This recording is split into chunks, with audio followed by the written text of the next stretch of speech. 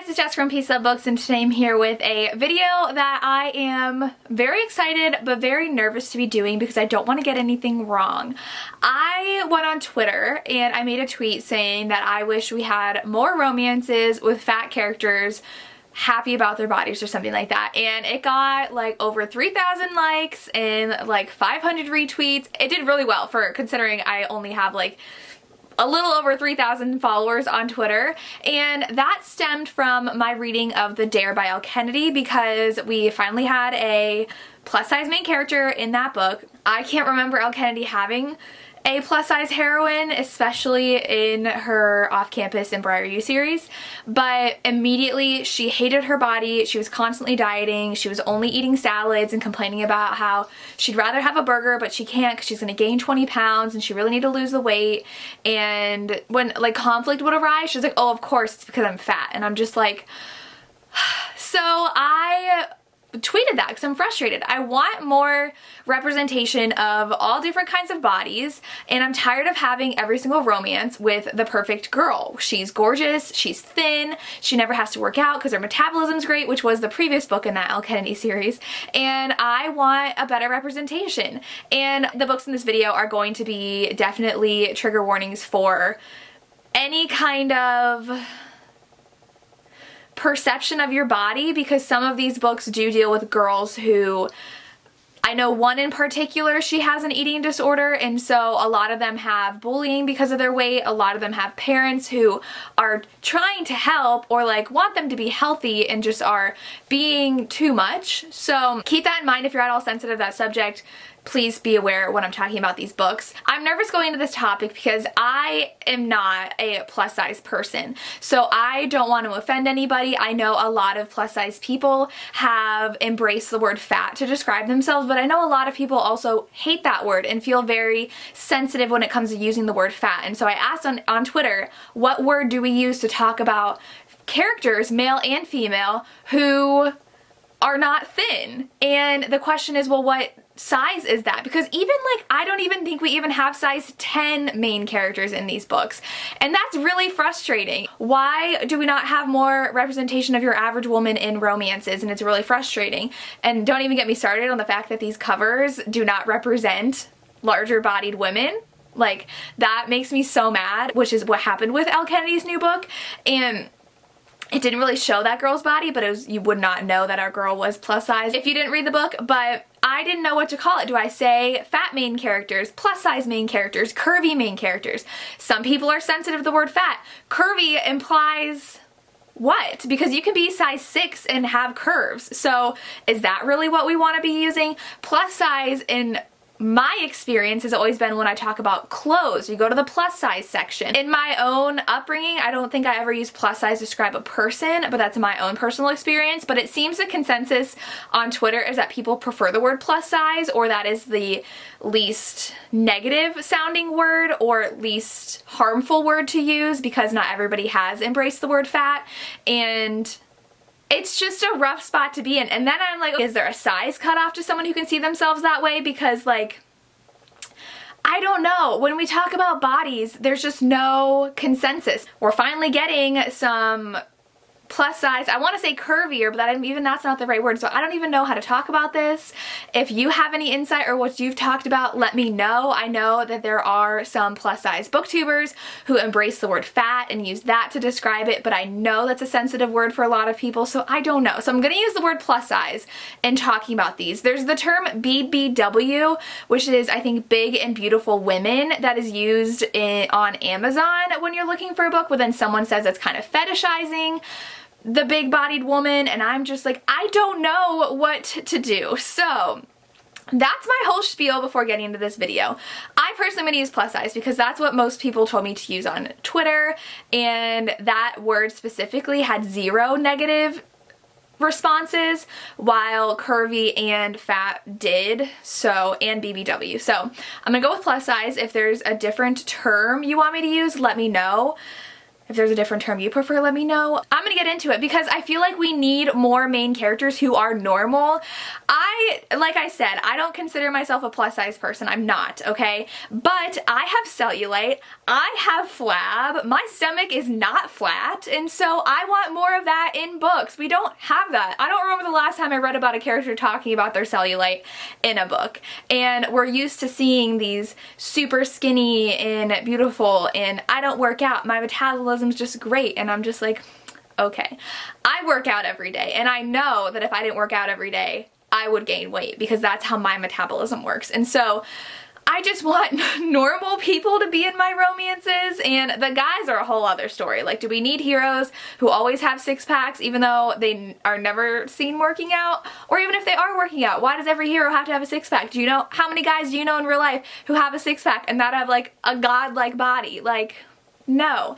But that's a whole other video idea. I do have a couple in here that actually have, I don't know if plus size is the right word, but like thicker men. Thick is the word they use in one of the books that I'll get to. So I'm gonna go ahead and get to the books. This is going way too long, but this is a discussion that we really need to be talking about because I don't know how to address this kind of character. So the first recommendation I have is with the guy actually, and that is Zenny by Rebecca Weatherspoon. I have to look up the guy's name because I'm terrible with names. Mason. Okay, he's described as a thick, huge Scottish man, and so in my interpretation that means he's got some meat on his bones, not necessarily muscle, and he's tall and just big boned man. And Zenny actually goes to, I think, New York to her aunt's like estate because her aunt passed away and she needs to figure out like, okay, who's getting the money and stuff like that. And her aunt's left everything to Zenny and the stipulation that she marries this guy, and it's this Scottish guy, and she's like, well, and I believe that they're both bisexual. I know for sure he is, so I think Zenny is, but I don't remember for sure, but I know he is at least bisexual,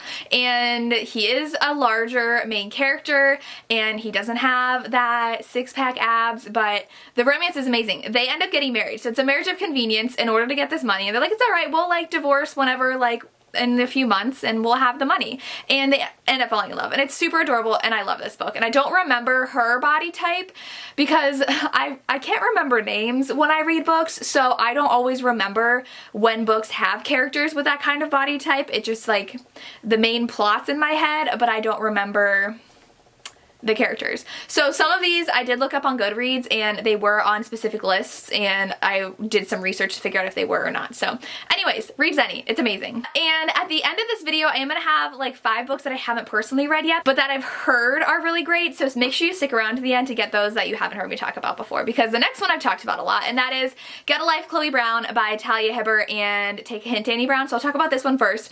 I love how Avon is putting their correct body types on their covers. I love it. It's the same with book 2 as well. And so this one's about Chloe. She does have a chronic illness, and she has a near-death experience in the beginning and realizes she's got to get a life. So she makes this list, and then her landlord ends up helping her. It's kind of her landlord. It's the guy that like is in charge of like maintenance and like helping around like the facilities of where people live. I don't remember what his job title is, but they end up doing that together and end up falling for each other, and it's kind of like a, not hate to love, but just like a I don't really like you to love, and it's really amazing, and I love this one. And then we have Take a Hint Dani Brown, which comes out on Tuesday.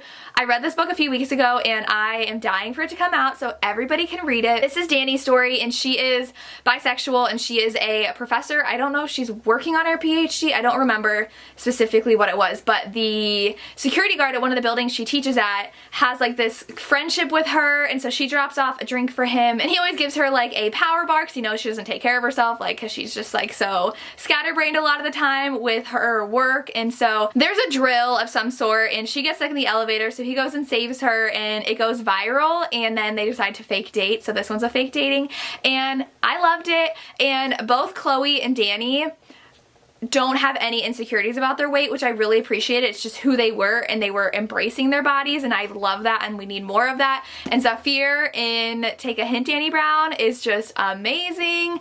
I loved his character so much, and so you have to read these two by Talia Hibbert. Next, I do have a couple historical romances on this list, but it is Say Yes to the Marquess by Tess Adair. This is one where you would not know because the cover has a girl who is not plus size, and she is in the book. And in this one, she is engaged to be married to this guy, and she's been engaged for like 10 years, and he's keeps on dragging his feet and not actually going on with the wedding. And so she's tired of being the laughingstock of society, so she goes to his brother who's in town, and she's like, hey, sign these papers so I don't have to get married because this is done. And I think she wants to like move somewhere and just like be alone for the rest of her life. She's fine being a spinster. And he's like, no, you're gonna marry my brother, and I'm gonna help you plan that wedding so you marry my brother. And he's like the rake. He is always with the ladies. He has a reputation, but he shares that he feels like women only want him to be with the bad boy, so he feels like no one's ever gonna love him.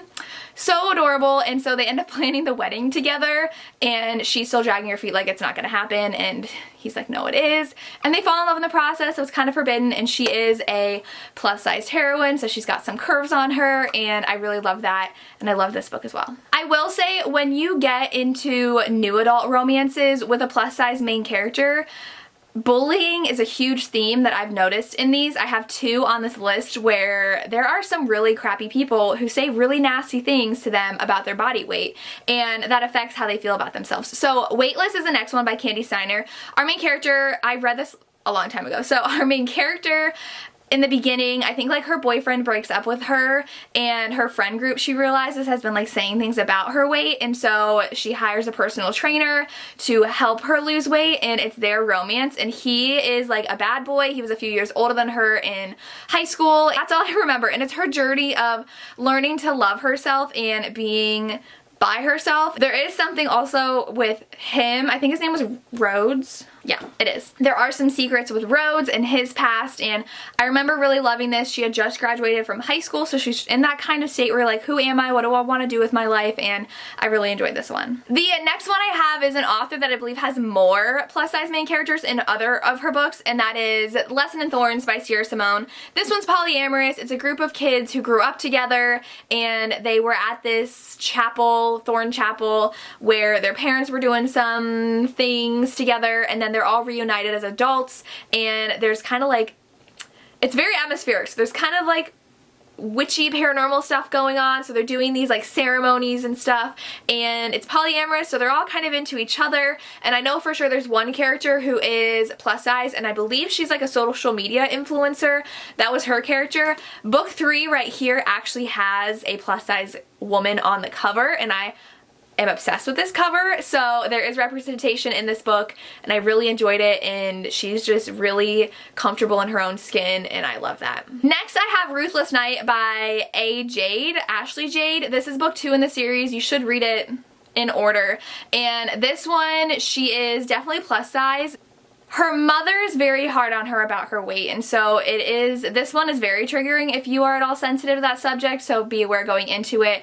The guy, it's like a bully high school romance. She's best friends with the girl from the first book, and there is fake dating in here, and